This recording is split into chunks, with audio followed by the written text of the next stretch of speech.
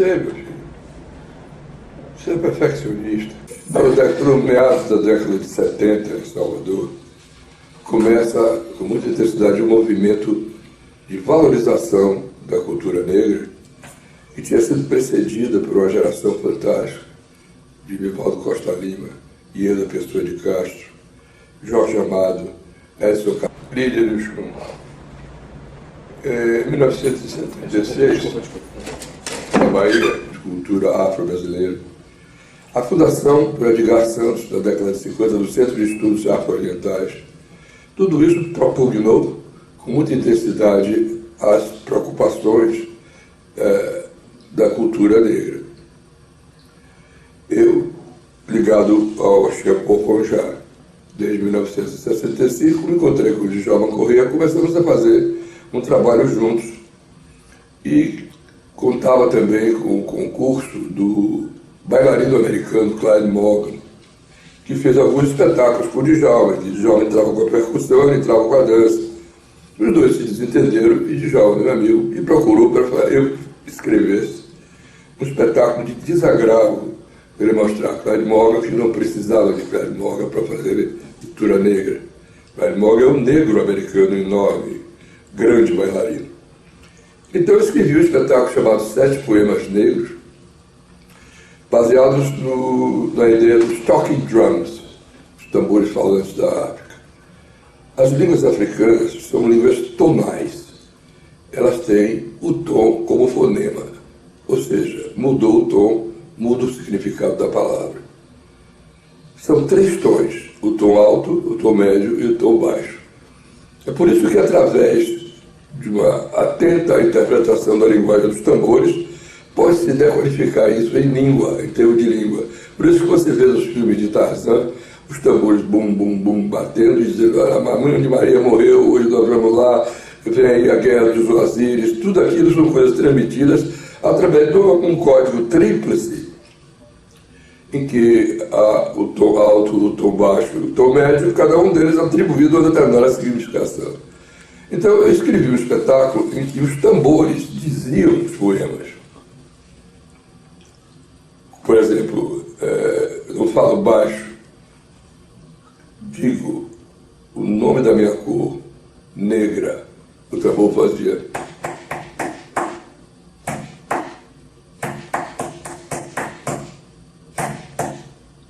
Ou seja, o tambor, com toda a sua estrutura polirrítmica e politônica, dizendo os poemas, seguidamente dançados, cantados, com elementos audiovisuais, de vídeos. Naquela época eram mais projeção de slides, ainda não havia assim, essa manipulação do vídeo pelo leigo.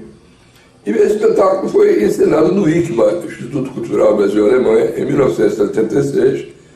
E uma das pessoas que assistiu às récitas desse espetáculo, o meu amigo Sebastião Prata, mais conhecido como Grande Otelo.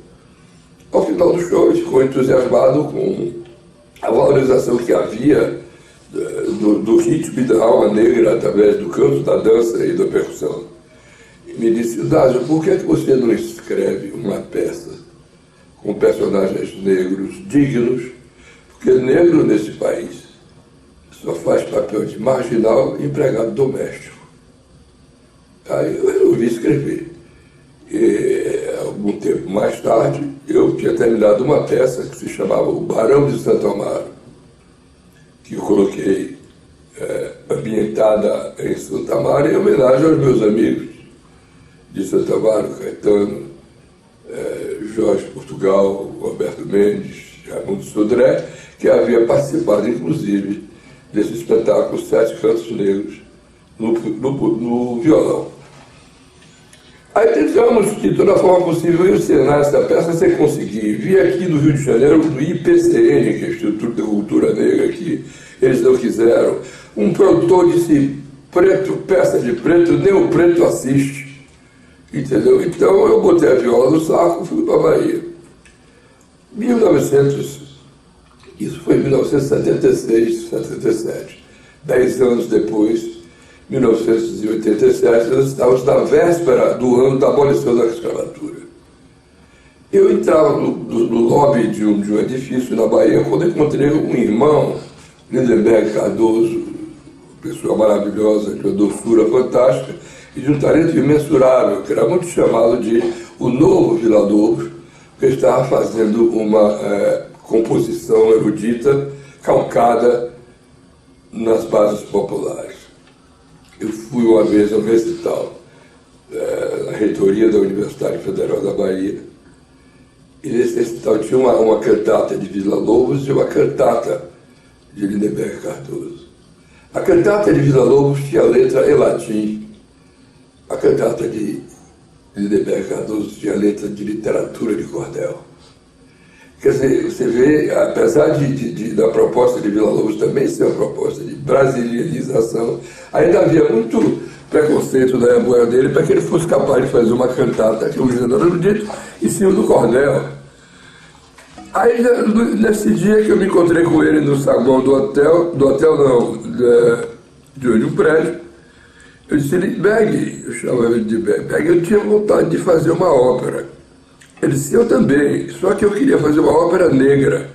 Ele disse, eu também queria fazer uma ópera negra.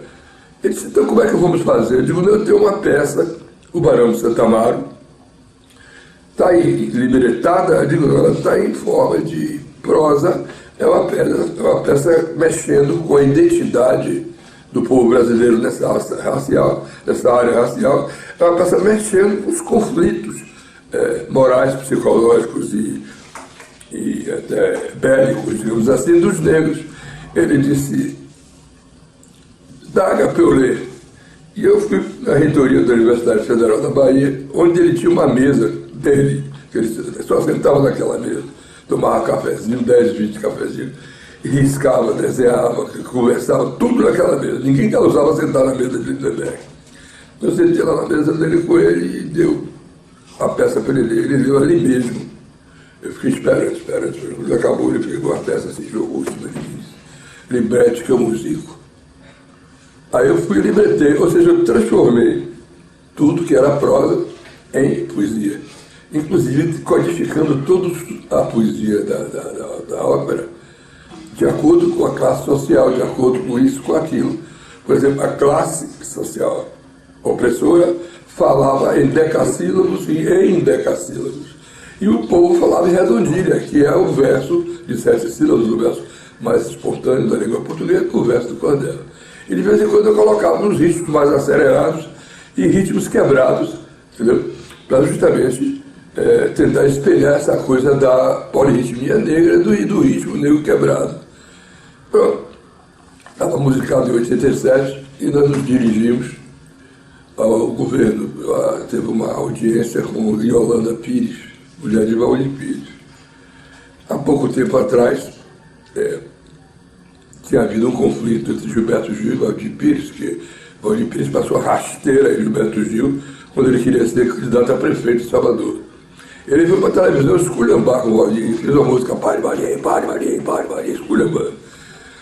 E muitos amigos de Lindenberg, chegou eu, Lindenberg e Luciano Fiuza, diretor da ALB, não sei se você sabe que a ALB é a Associação Lírica da Bahia, também é uma associação de ópera, faz umas óperas muito mambembe, tirada italiana, porque acho que a ópera italiana só existe na Itália. Já pensou, acarajé italiano, não deve ser uma merda, né? Deve ser com uma pasta asciutta, acarajé asciutto, entendeu? Então cada povo tem seu veículo de expressão mais legítimo. A ópera é uma coisa italiana, que se expandiu pelo mundo. Bom, aí falamos dele, aí Yolanda virou-se para Lindenberg Cardoso e disse, soube que você ganhou um Selmer. O Gilberto é muito amigo dele, do tempo da minha geração. O Gilberto estudou na escola de música. Lindenberg começa com trompa em orquestra, em filarmônica, que é a filarmônica do interior. Quando veio para a Bahia, passou para sax alto, tocando numa banda fantástica chamada Bazooka Joe Jazz, em que ele tocava sax alto, em que Maria Creuza era crooner, Edivaldo Brito, que hoje é vice-prefeito de Salvador, era crooner, Marcelo Gomes, filho de Orlando Gomes, era baterista, e Carlinhos Veiga, que depois vai ser maestro, tocava trompete E Rony Cócegas, aquele cara que ficou depois famoso como humorista, tocava bongô. Então isso era uma banda All-Stars, ou pré-All-Stars, né? Porque todos seriam no futuro, né? Todos esses seriam estrelas do futuro. Então, Gil, daquela época, que era um menino remediado do interior, sem identidade, porque ele nasceu em Salvador, mas saiu pequeno de lá, que ele via aqueles caras, né? Para eles eram deuses do Olimpo, então fez amizade, cultuou Gil, um grande músico, como você sabe. E Gil tinha trazido da Espanha, não sei se você sabe, fabrica os melhores instrumentos de sopro do mundo. E a Selmer é uma marca espanhola fantástica. Ele tinha trazido de presente para Lindenberg um Selmer para ver se Lindenberg voltava a tocar saxofone nesse tempo. Lindenberg tocava um instrumento horroroso chamado fagote na orquestra sinfônica, que parece uma pica que não tem mais tamanho, um biquinho aqui. E para o saxofone, ninguém vai botar um fagote no jazz, ou no axé, ou no samba, né? E o alto não, pô, o alto é o saxofone da maior parte dos grandes saxofonistas do mundo. Coltrane tocava alto, Charlie Parker tocava alto, né? Bom, quando ela fez essa referência, Yolanda, para Lindenberg, eu soube que você foi um Selmer de presente.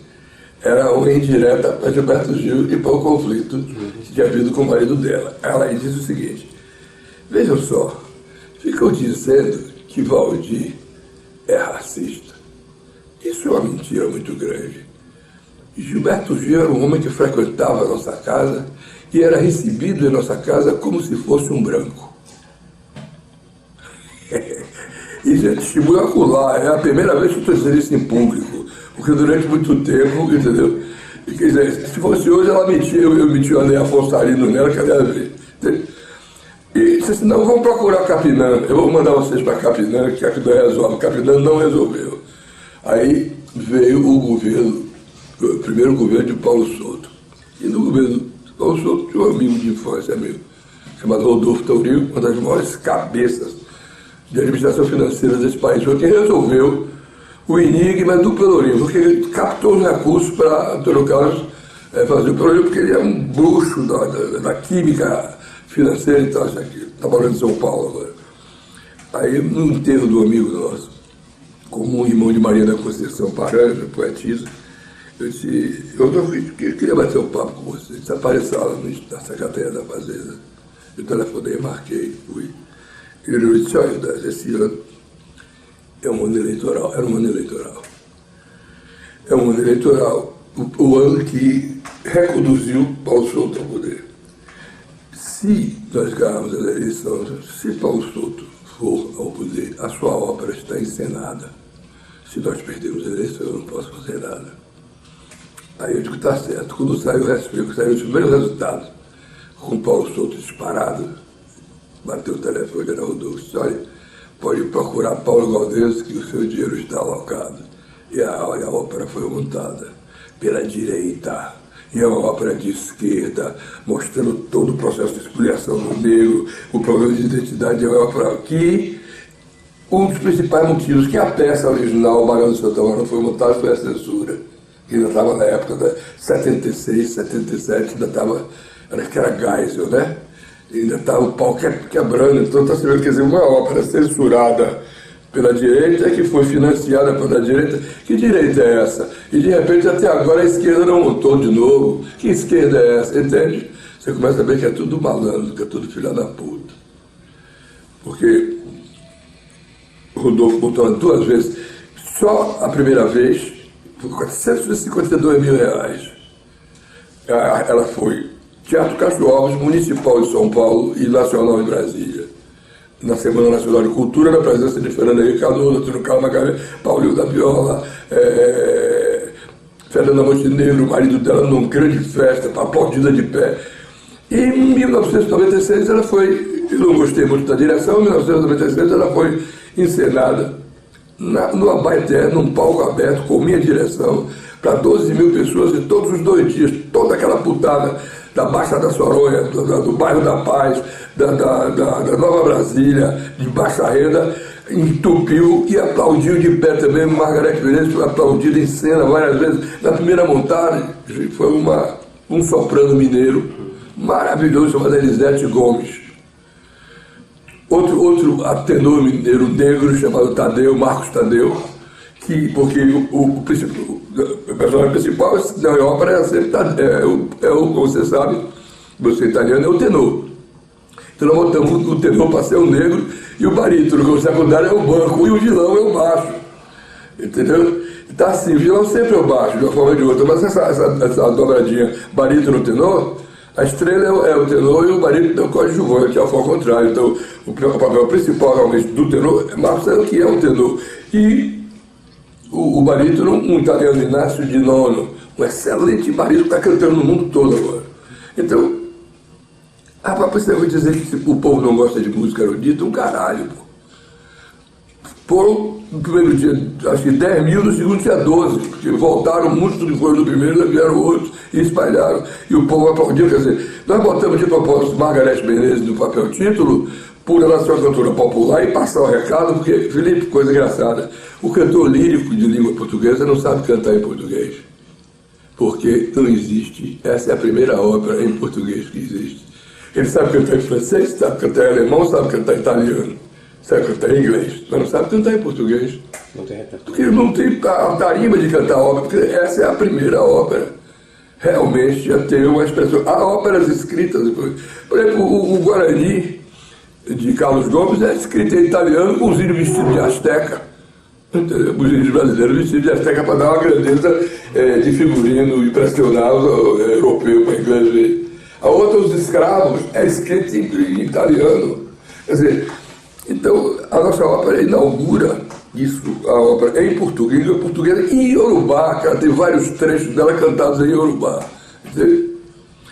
E de lá para cá, em 96, eu até hoje não consegui montar de novo, porque os governos não se interessam. Inclusive o Domingos Leonelli, que é italiano, estava querendo montar para o Dia da Consciência Negra, agora em 20 de novembro, mas ele se desincompatibilizou para se candidatar a deputado federal. Ele era o secretário de Turismo. Ele veio 3 vezes lá com ele conversar, ele queria envolver Carlinhos Brau, não sei o que, o Ludu, mas aí saiu de baixo. E não sei nem quem é o atual secretário de Turismo. Que era uma coisa amplamente, você sabe que na Itália, no turismo italiano, assim, o cara compra um pacote com Roma já com o ingresso da ópera. E aí vai e quer ver, quem é que não quer ver uma ópera no Scala de Milão, quem é que não quer ver uma ópera no Teatro de Ópera de Roma, entendeu? Eu vi nas termas de Caracalla, você conhece Roma? Eu vi a ida nas termas de Caracalla, pô, um cenário grandioso, entendeu? Com um maracanãzinho por detrás, entendeu? Ganhou uma fortuna, né? Eu digo maracanãzinho, tem um anfiteatro enorme em torno das terras de Caracalla. E lá, Radamés entra em cena numa biga. No original é um elefante, entendeu? Foi escrito por velho para ele entrar montado no elefante, né? Mas eu acho que ele decidiu, estava com as pernas muito abertas, aí entrou numa biga. Que ópera, puta que pariu, é pirotecnia, entendeu? Você não tem difícil, pouquíssimas óperas têm a dramaturgia resolvida. Isso Júlio Medalha disse da minha, me falou, por exemplo, que compositores medíocres fizeram muito sucesso porque tiveram um bom libreto. Perguntaram a Verdi o que é necessário para se fazer uma boa ópera. Verdi disse, um bom libreto. Então você vê, por exemplo, Jorge Bizet só fez isso, Carmen. Mas um puta libreto, talvez seja o melhor libreto de todos os libretos, e é um sucesso, já foi filme, o cacete. Né? Ainda também é um bom libreto, quer dizer, grandes compositores de ópera, como Puccini e outros, fizeram óperas que não deram por quê? Porque resolveram dar merda, porque, afinal de contas, Felipe Cavalieri, é o libreto que passa o recado. A música é a moldura do libreto, não é? Então, se a história não for gostosa, se o recado não for bom, também Cavalaria Rusticana, que é uma ópera pequena, mas é intensamente passional, sempre tem público, porque devido à passionalidade dela, do libreto, da história de mata, pega, esfola, entende? Então, eu estou aí à espera que o poder público se toque, né, a importância que essa ópera tem na história da música brasileira. E que não se deixe essa ópera morrer. Você assistiu, você viu no vídeo que eu mandei para você viu que ela realmente é uma ópera. Não é um musical americano, não é um desfile de escola de samba, não é um show de axé. Ela é uma ópera mesmo, com toda a dignidade. Aí. Um Porgy and Bess, né? Sim, e melhor ainda do que Porgy and Bess, porque Porgy and Bess tem um conteúdo ideológico. A casa de Pai Tomás, que eram os pretinhos bem comportados e tal. A única coisa que eu acho que ficou de Porgy and Bess é Summertime, na interpretação de Sarah Vaughan. Muito bom.